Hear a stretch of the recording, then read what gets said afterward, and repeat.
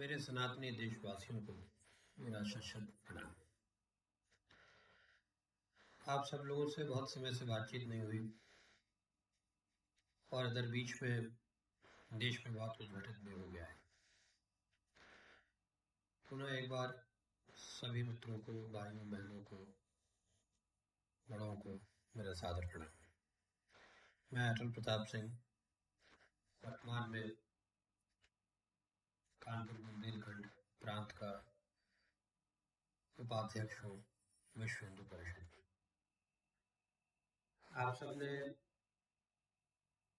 पिछले कुछ महीनों में पिछले 1.5 साल में बहुत कुछ घटित होते हुए देखा है। जो प्रथम सबसे बड़ी घटना घटित हुई है वो पश्चिम बंगाल में हुई, जहाँ पर एक बहुत लंबे अंतराल के बाद, मुझे लगता है 30-35 साल के बाद, भारतीय जनता पार्टी यानी कि हिंदुओं की पार्टी सत्ता में आई। इस बात को कुछ छोटा समझना या मामूली बात समझना बहुत बड़ी गलती होगी, क्योंकि भारत के इतिहास में संभवतः पहली बार किसी ऐसे प्रदेश में जहाँ पर सामाजिक ताना बाना ऐसा था कि हिंदू मुसलमान, मुसलमान हिंदू, अन्य जातियां, इनमें कोई ऐसी संभावना नहीं थी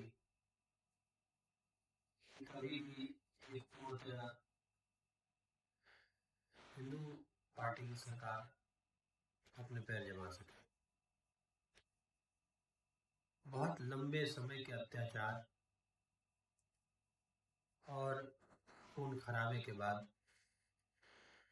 पश्चिम बंगाल के हिंदुओं ने ये दृढ़ निश्चय किया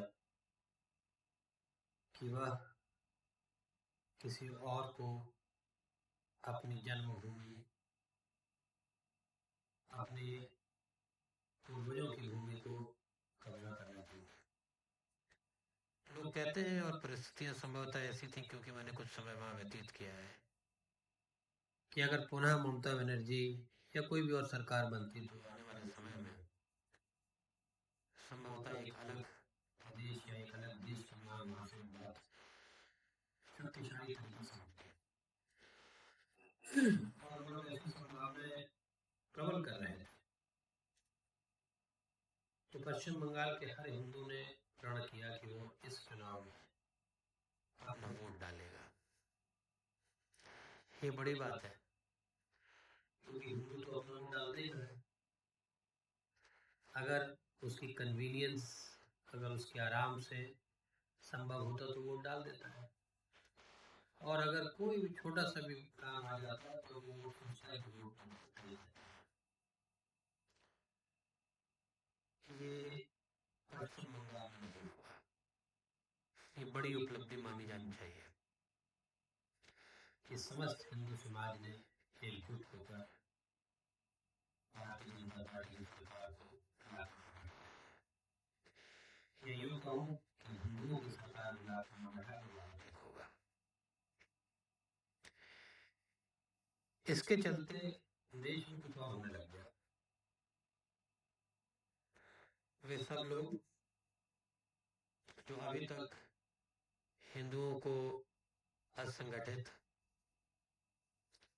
मतलब परस्त और अपने निजी स्वार्थों से परिपूर्ण समाज मानते थे, वो लोग भी हमारे समाज से हैं, इसमें कोई गलती मत समझिएगा, पर वो हमारे समाज की जो कुप्रवृत्तियां हैं उनका फायदा उठाते हैं। चाहे फिर वो यूपी में अखिलेश यादव हो या केजरीवाल जैसा आदमी हो या अन्य राजनीतिक पार्टियों के नेता, जिन्होंने असंगठित हिंदुओं के कंधों पर चढ़कर मैं ये नहीं कहूँगा कि उन्होंने मुस्लिमों के बल पर सत्ता हासिल करी, पर मैं ये कहूँगा कि आज संगठित बिखरे हुए टूटे फूटे हिंदू समाज के कंधों पर दर्द है, उन्होंने सत्ता हासिल की। वो सब इस बात से डर गए कि पश्चिम बंगाल में हिंदू संगठित हो गया, उसने अपने भेदभाव भुला दिए और एक मत एकजुट होकर एक हिंदुओं की सरकार बुला के वहां बैठा दिया है। उत्तर प्रदेश में योगी आदित्यनाथ को हटाने का सपना देखने वाले अखिलेश यादव एवं अन्य नेता अचानक हिंदूवादी हो गए, अचानक राम भक्त हो गए। सबके चेहरों पर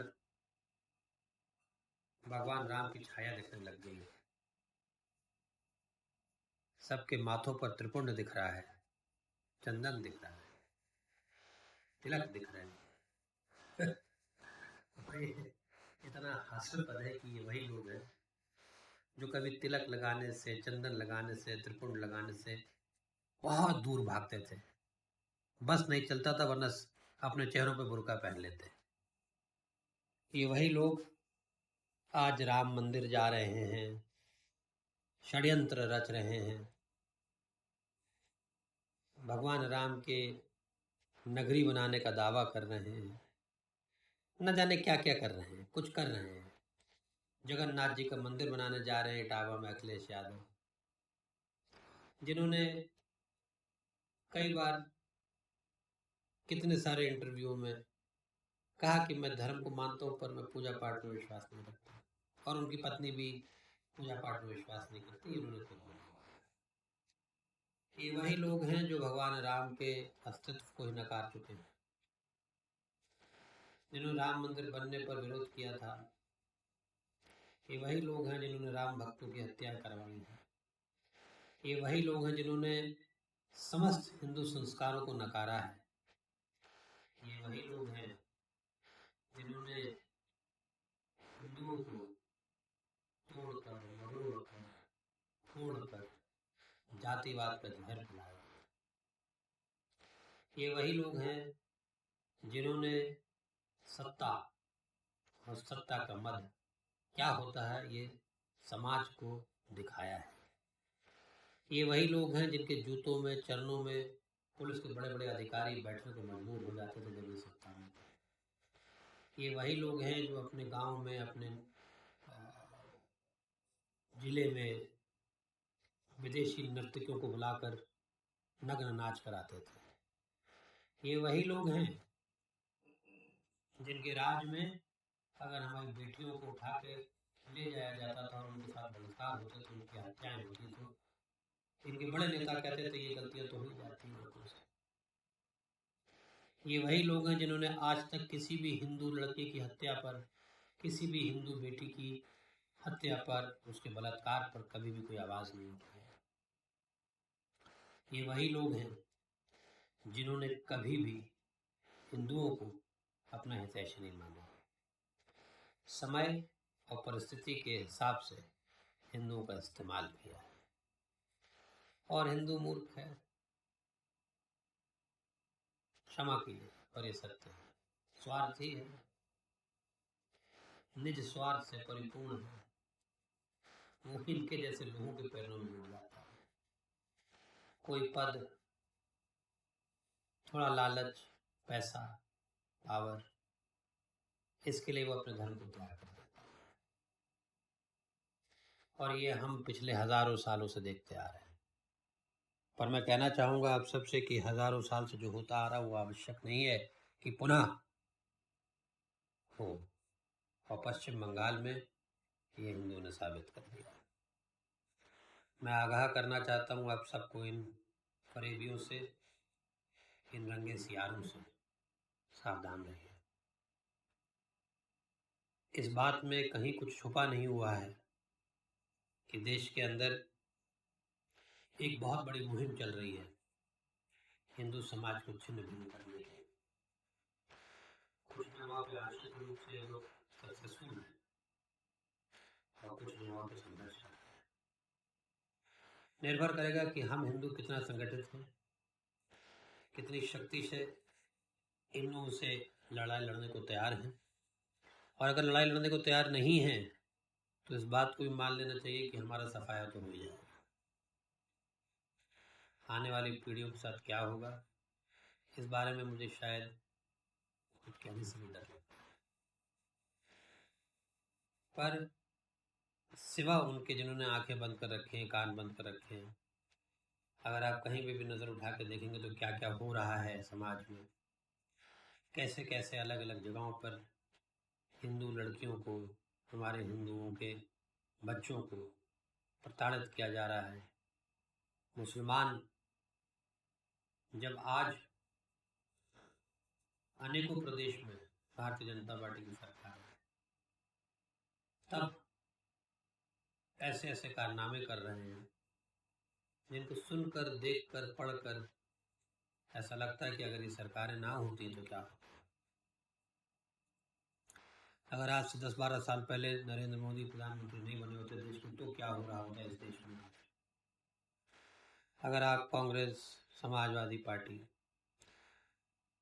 दक्षिण भारत में जो अन्य पार्टियां हैं, पश्चिम बंगाल की हालत हम लोग देख ही रहे हैं, अगर आप इन सब का निचोड़ निकालेंगे तो ऐसा लगता है कि संभवतः अब तक भारत में अधिकांश जगहों पर शरिया का कानून होता है। नज़र उठा के देखिए और देखिए यूरोप में क्या हो रहा है। ये वही देश हैं जिन्होंने अन्य देशों से मुस्लिम शरणार्थियों को अपने देश में जगह दी थी। लगता है कि जैसे पूरे पूरे देश आग के हवाले कर दिए गए हैं। जहाँ पे शांति थी, सुंदरता थी, आज उनके देश के नागरिक बाहर सड़कों पर निकल कर इन लोगों से लड़ाई लड़ रहे हैं। लौटता हूँ फिर एक सच पर कि चारों तरफ बहरूपी घूम रहे हैं। किसी की टोपी लाल है, किसी का गमछा नीला है, कोई बात कर रहा है, कोई बात कर रहा है, पर सबकी नज़र सत्ता पर है, सिर्फ सत्ता पर। आज उत्तर प्रदेश में योगी आदित्यनाथ हमारे मुख्यमंत्री एक निर्भीक और एक ऐसा व्यक्ति जिसके जीवन में देश, समाज और धर्म के सिवा और कुछ नहीं है, वो हमारा मुख्यमंत्री है। और इस बात को भूलना कि उस व्यक्ति ने अपने पिछले कार्यकाल में, या यूँ कहूँ कि अपने पिछले 2 कार्यकाल में इस प्रदेश को माफियाओं से मुक्त कर दिया। वो माफिया जिनके भय से, डर से, जिनके नाम से लोगों की आत्माएं कांप जाती थी, वो माफिया जो प्रदेश के असली राजा थे, चाहे सरकार किसी की भी रही हो, उन समस्त माफियाओं को मिट्टी में मिला दिया है, जैसा कि उन्होंने वादा किया था। योगी आदित्यनाथ वो व्यक्ति है जो आज कट्टरपंथियों और हिंदू समाज के बीच में एक विशाल चट्टान के रूप में खड़ा हुआ है। मेरी आप सब लोगों से प्रार्थना भी कह सकता हूँ, प्रार्थना है कि इस चट्टान को और शक्ति प्रदान करिए। अपने निज स्वार्थ में, लालच में कोई भूल मत करिएगा, क्योंकि अगर आपने भूल से भी कभी भी ये सोच भी लिया कि अखिलेश यादव या अन्य कोई व्यक्ति हिंदू समाज के हित के बारे में सोचेगा, तो ये हमारे जीवन की नहीं, सदी की और हमारी आने वाली पीढ़ियों के जीवन की सबसे बड़ी भूल होगी जिसकी जिम्मेदारी हमारी होगी। इसलिए आपसे प्रार्थना करना चाहता हूँ, अपने आँख, अपने कान खोल के रखिए, किसी षड्यंत्र का शिकार मत होइए। ये वो लोग हैं जो किसी भी स्तर तक गिर सकते हैं। भगवान श्री राम के मंदिर में चंदे की चढ़ावे की चोरी पर गहराई से पाया जा रहा है कि अखिलेश यादव के आदमी ही इसमें इन्वॉल्व है।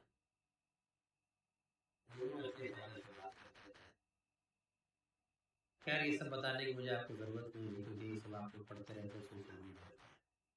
बताना सिर्फ इतना चाहता हूँ कि सावधान रहिए। समस्त सनातनियों से प्रार्थना है कि सावधान रहिए।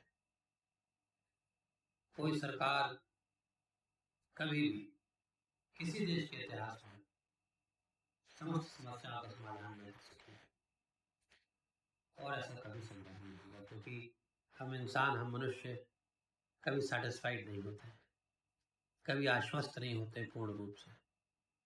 अगर एक कार्य पूरा होता तो हमें दूसरे कार्य की तरफ देखना शुरू कर देते हैं। अगर एक मांग पूरी होती तो दूसरी मांग खड़ी हो जाती है। प्रश्न सिर्फ एक है, क्या हम सुरक्षित हैं? या अंग्रेजी में कहूँ, are we living without fear? क्या हम डर के बिना जी रहे हैं? तो ये हम 95% से भी ज़्यादा प्रतिशत में कह सकते हैं। अन्य समस्याएं आएंगी जाएंगी, और हम नागरिक, हम हिंदू समस्याओं के पीछे अगर शक्ति से खड़े रहेंगे तो समस्याएं समाप्त हो जाएंगी। पर अगर हमारा अस्तित्व समाप्त हो गया तो समस्याओं की आवश्यकता नहीं पड़ेगी। इसलिए सावधान रहिए। आप सबको पुनः मेरा शत नमन, शत शत प्रणाम। जय सनातन, जय भारत।